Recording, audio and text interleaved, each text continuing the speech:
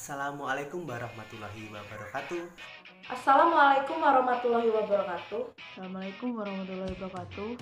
Saya Afri Evi Zuliani dengan NIM 126306201006. Perkenalkan, nama saya Muhammad Nur Ferry Afandi, biasa dipanggil Ferry. Nomor induk mahasiswa saya adalah 12630201010. Perkenalkan, nama saya Catherine Sonya, NIM 123630601029. Nama saya Sofiawan Afzal Malia Safi'i, NIM 126306201042. Di sini saya akan menjelaskan tentang pengertian teori behavioristik. Behaviorism adalah teori pengembangan perilaku yang dapat diukur, diamati, dan dihasilkan oleh respon pelajar terhadap rangsangan. Tanggapan terhadap rangsangan dapat diperkuat dengan umpan balik positif atau negatif terhadap perilaku kondisi yang diinginkan. Teori ini lalu berkembang menjadi aliran psikologi belajar yang berpengaruh terhadap arah pengembangan teori dan praktik pendidikan dan pembelajaran yang dikenal sebagai aliran behavioristik, yang menekankan pada terbentuknya perilaku yang tampak sebagai hasil belajar. Aliran psikologi belajar yang sangat besar pengaruhnya terhadap arah pengembangan teori dan praktik pendidikan dan pembelajaran hingga kini adalah aliran behavioristik.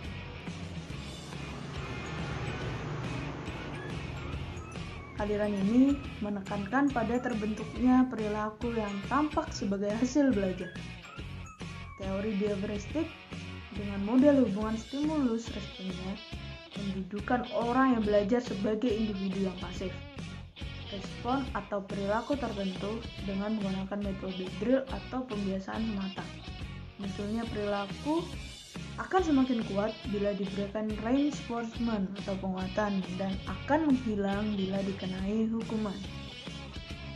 Aplikasi teori behavioristik dalam kegiatan pembelajaran tergantung dari beberapa hal seperti tujuan pembelajaran, sifat materi pelajaran, karakteristik pembelajar, media dan fasilitas pembelajaran yang tersedia. Pembelajaran yang dirancang dan berpijak pada teori behavioristik memandang bahwa pengetahuan adalah objektif, pasti tetap tidak berubah. Pengetahuan telah terstruktur rapi, sehingga belajar adalah perolehan pengetahuan, sedangkan mengajar adalah memindahkan pengetahuan ke orang yang belajar atau pembelajar. Fungsi mind atau pikiran adalah untuk menjiplak struktur pengetahuan yang sudah ada melalui proses berpikir yang dapat dianalisis dan dipilah sehingga makna yang dihasilkan dari proses berpikir seperti ini ditentukan oleh karakteristik struktur pengetahuan tersebut. Pembelajar diharapkan akan memiliki pemahaman yang sama terhadap pengetahuan yang diajarkan. Artinya, apa yang dipahami oleh pengajar atau guru itulah yang harus dipahami oleh murid. Metode behavioristik ini sangat cocok untuk perolehan kemampuan yang membutuhkan praktek dan pembiasaan yang mengandung unsur-unsur seperti kecepatan, spontanitas, kelenturan, refleks, daya tahan, dan sebagainya. Contohnya, percakapan bahasa asing, mengetik, menari, menggunakan komputer, berenang, olahraga, dan sebagainya. Teori ini juga cocok diterapkan untuk melatih anak-anak yang masih membutuhkan dominasi peran orang dewasa, suka mengulangi, dan harus dibiasakan. Suka meniru dan senang dengan bentuk-bentuk penghargaan langsung seperti diberi permen atau pujian. Teori behavioristik dengan model hubungan stimulus responnya mendudukan orang yang belajar sebagai individu yang pasif. Respon atau perilaku tertentu dengan menggunakan metode pelatihan atau pembiasaan semata. Munculnya perilaku akan semakin kuat bila diberikan penguatan dan akan menghilang bila dikenai hukuman. Hukuman kadang-kadang digunakan dalam menghilangkan atau mengurangi tindakan yang tidak benar, diikuti dengan menjelaskan tindakan yang diinginkan.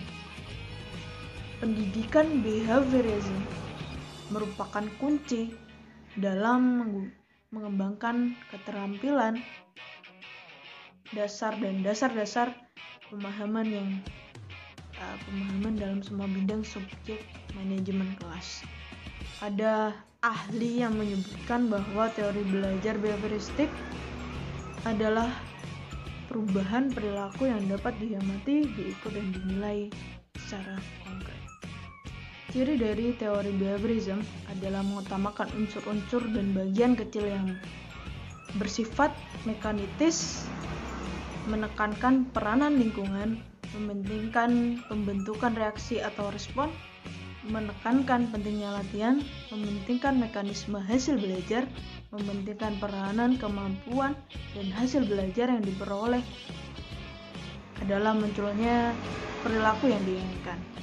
Guru yang menganut pandangan ini berpendapat bahwa tingkah laku siswa merupakan reaksi terhadap lingkungan dan tingkah laku adalah hasil belajar.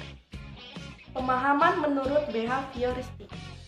Menurut Watson, Skinner, dan tokoh behavioristik lainnya, pada tahun 1904 sampai dengan 1990, mereka meyakini bahwa tingkah laku manusia merupakan hasil pembawaan genetik dan pengaruh lingkungan atau situasional. Behavioristik melihat kita sebagai hasil pengaruh lingkungan yang membentuk dan memanipulasi tingkah laku kita. Menurut teori behavioristik, manusia sepenuhnya adalah makhluk kreatif yang tingkah lakunya dikontrol oleh faktor-faktor yang berasal dari luar. Manusia datang ke dunia ini tidak dengan membawa ciri-ciri baik atau buruk, tetapi netral. Hal-hal yang mempengaruhi individu selanjutnya semata-mata bergantung pada lingkungannya. Gagasan utama dalam behavioristik ini adalah bahwa untuk memahami tingkah laku manusia diperlukan pendekatan yang objektif, mekanistik, dan materialistik, sehingga perubahan tingkah laku pada seseorang dapat dilakukan melalui upaya pengkondisian. Dengan kata lain, mempelajari tingkah laku seseorang seharusnya dilakukan melalui pengkajian dan pengamatan atas tingkah laku yang tampak, bukan dengan mengamati kegiatan bagian dalam tubuh. Behavioristik menjelaskan mekanisme proses terjadi dan berlangsungnya perilaku individu dapat digambarkan sebagai berikut. S lebih besar dari R atau S lebih besar dari O lebih besar dari R. S adalah stimulus atau rangsangan, R adalah respon atau perilaku, O adalah organisme atau individu. Karena stimulus datang dari lingkungan atau W, word, dan R juga ditunjukkan kepadanya, maka mekanisme terjadi dan berlangsungnya dapat dilakukan sebagai berikut. W lebih besar dari S, lebih besar dari O, lebih besar dari R, lebih besar dari W. Lingkungan atau word sendiri dibagi menjadi ke dalam dua jenis. Yang pertama, lingkungan objektif atau segala sesuatu yang ada di sekitar individu dan secara potensial dapat melahirkan S atau rangsangan. Yang kedua, lingkungan efektif, yaitu menimbulkan kesadaran atau spontan. Contohnya, seorang mahasiswa sedang mengikuti perkuliahan pendidikan di ruang kelas yang terasa panas. Secara spontan, mahasiswa tersebut mengibas-ngibas buku untuk meredah kegerahannya. Kelas yang panas merupakan lingkungan atau W dan menjadi stimulus atau S bagi mahasiswa tersebut. O. Secara spontan, mengipas-ngipas buku merupakan respon atau R yang dilakukan mahasiswa. Merasakan ruangan tidak terasa gerah atau W setelah mengipas-ngipaskan buku. Sedangkan perilaku sadar dapat digambarkan sebagai berikut. W lebih besar dari S, lebih besar dari OW, lebih besar dari R, lebih besar dari W. Contohnya, Ketika sedang mengikuti perkuliahan di ruang kelas yang terasa agak gelap karena waktu sudah sore hari ditambah cuaca yang mendung, ada seorang mahasiswa yang sadar. Kemudian dia berjalan ke depan dan meminta izin kepada dosen untuk menyalakan lampu yang ada di ruang kelas. Sehingga di kelas terasa terang dan mahasiswa lebih nyaman dalam mengikuti perkuliahan. Ruang kelas yang gelap, waktu sore hari, dan cuaca mendung merupakan lingkungan atau W. Ada mahasiswa yang sadar akan keadaan di sekelilingnya atau OW, berjalan ke depan meminta izin ke dosen dan menyalakan lampu. Merupakan respon yang dilakukan oleh mahasiswa tersebut secara sadar atau R. Suasana kelas menjadi terang dan mahasiswa menjadi lebih nyaman dalam mengikuti perkuliahan merupakan lingkungan atau W.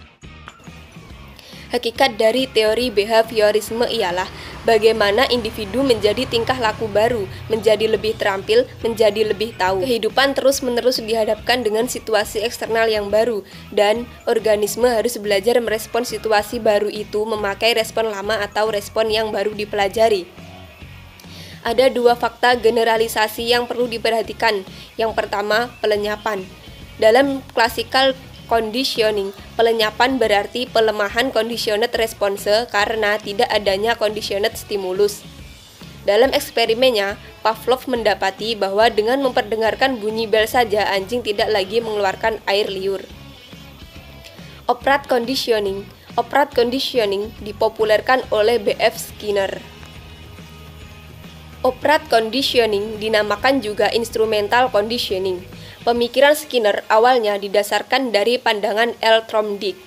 L. Tromdick juga berpendapat bahwa belajar terjadi secara perlahan, bukan secara tiba-tiba.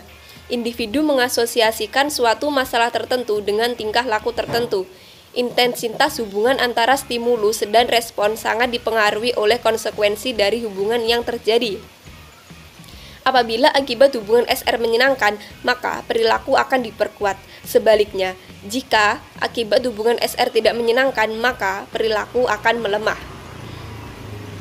Namun, Tromdick merevisi hukuman ini setelah tahun 1930, dan law of disuse, yaitu hubungan antara SR akan semakin melemah jika tidak dilatih atau dilakukan dengan berulang-ulang. Akan tetapi, setelah tahun 1930, Tromdick mencabut hukuman ini. Latihan berulang tetap dapat diberikan, tetapi yang terpenting adalah individu menyadari konsekuensi perilakunya. Tromdick berpendapat bahwa pada prinsipnya suatu hal akan menyenangkan atau tidak menyenangkan untuk dipelajari tergantung pada kesiapan belajar individunya.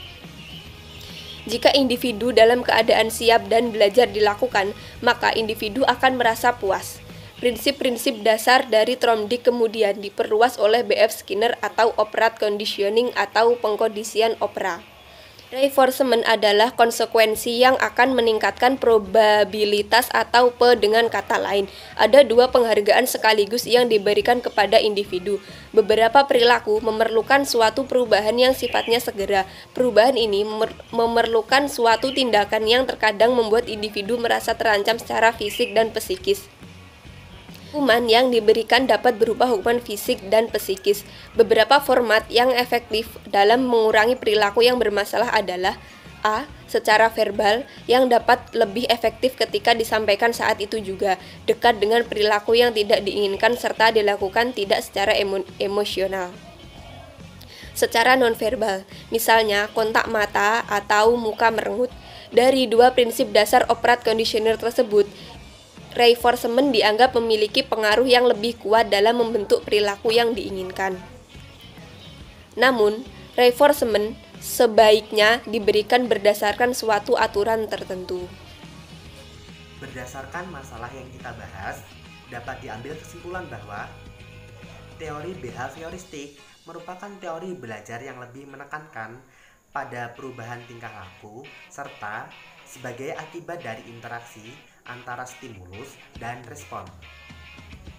Teori behavioristik terdiri dari 4 landasan. Yang pertama, koneksionisme. Yang kedua, pengkondisian. Yang ketiga, penguatan. Dan yang keempat, operant conditioning. Menurut teori belajar behavioristik, belajar merupakan suatu proses perubahan tingkah laku sebagai akibat dari interaksi antara stimulus dan respon. Seseorang dianggap telah belajar apabila ia bisa menunjukkan perubahan tingkah lakunya. Aplikasi teori behavioristik dalam kegiatan pembelajaran tergantung dari beberapa hal seperti tujuan pembelajaran, sifat materi pelajaran, karakteristik pembelajaran, media, dan fasilitas pembelajaran yang tersedia. Mungkin itu saja yang dapat saya sampaikan. Ada kurang lebihnya mohon maaf. Wassalamualaikum warahmatullahi wabarakatuh.